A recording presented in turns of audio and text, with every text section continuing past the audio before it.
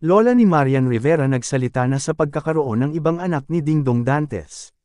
Mukhang dismayado ngayon ang pamilya ni Marian Rivera tungkol sa napapabalitang pagkakaroon ng ibang anak ni Dingdong Dantes sa ibang babae. Isa di umano sa dismayado ay ang lola ni Marian Rivera na hindi mapigil ang magbigay ng komento tungkol dito. Sa kauna-unahang pagkakataon, nagsalita na ang Kapuso TV host actor na si Dingdong Dantes tungkol sa hindi mamatay-matay na isyung may anak di umano siya sa aktres na si Lindsay De Vera. Sa panayam ni Dingdong sa Fast Talk with Boy Abunda ngayong Huwebes, May 9, 2024, tahasan niyang pinabulaanan ang matagal ng balita.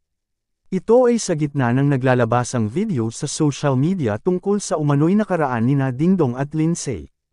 Tanong ng host na si Boy Abunda kay Dingdong, lumabas na ang balitang ito.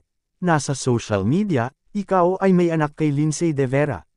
Diretsa ang sagot ng aktor, wala po. Hindi po totoo. Pagtatapat ng Family Feud host, bago siya sumalang sa interview ni Boy ay nagdalawang isip siya kung babalikan pa ang matagal ng issue tungkol sa kanila ni Lindsay. Nakasisiguro raw kasi siyang maitatanong ito lalo pat muli na namang kumalat online ang vlogs na naglalaman ng balita tungkol sa kanila ni Lindsay. Pagbabahagi ni Dingdong, sa totoo lang, nagdadalawang isip talaga ako kagabi kung may sasabihin ba ako about the topic and the issue, kasi alam kong baka tanungin ninyo, Pero para sa akin po kasi, dahil may mga tumatawag na po sa akin na mga kaibigan, mga kamag-anak, yung mga nagmamalasakit po sa akin, and because I have a responsibility dito sa aking mga mahal sa buhay, responsibilidad ko na klaruhin ang isyong ito dahil mahalagang mahalaga po ang aspetong ito para sa akin.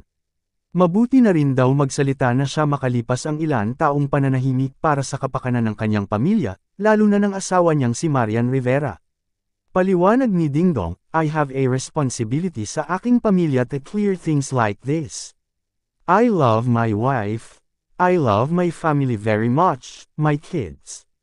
That's why I'm saying that it is not true. Sa totoo lang, noong una pinagtatawanan lang naman namin to, kami ni Marian. Pero dumating na nga rin sa punto na marami nang nakakapanood sa mga naglalabasang video. Siyempre, natural lang din na may magtatanong sa akin. Kaya, once and for all, I'm clarifying na hindi siya totoo.